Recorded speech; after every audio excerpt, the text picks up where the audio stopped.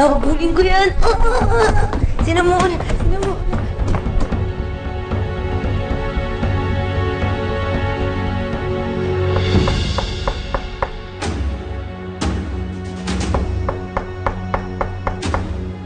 Sino yan?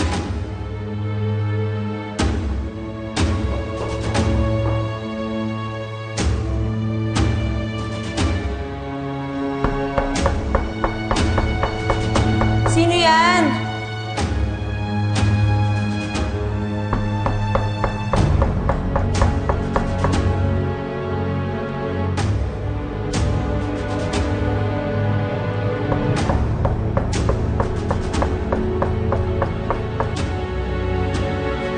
Sino yan?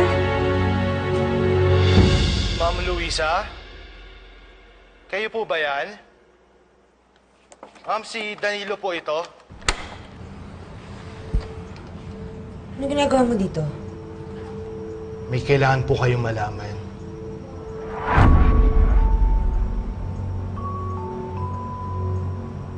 Pasok ka.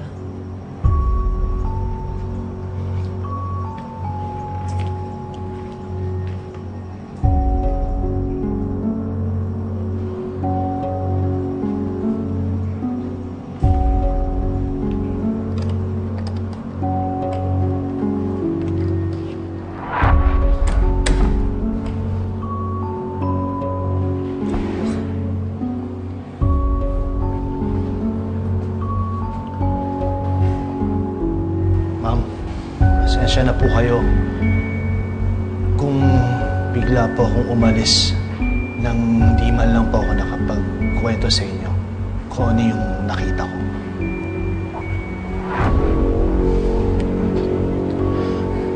Tatakot po kasi ako eh. Huwag po madami sa mga nangyayari. Anong kwento mo? Pagkatapos po nung sinugod namin kayo ni Sir Alfred sa hospital, bumalik po ako sa rest house na no. Sinundo ko po si Ronron. Tawag ako.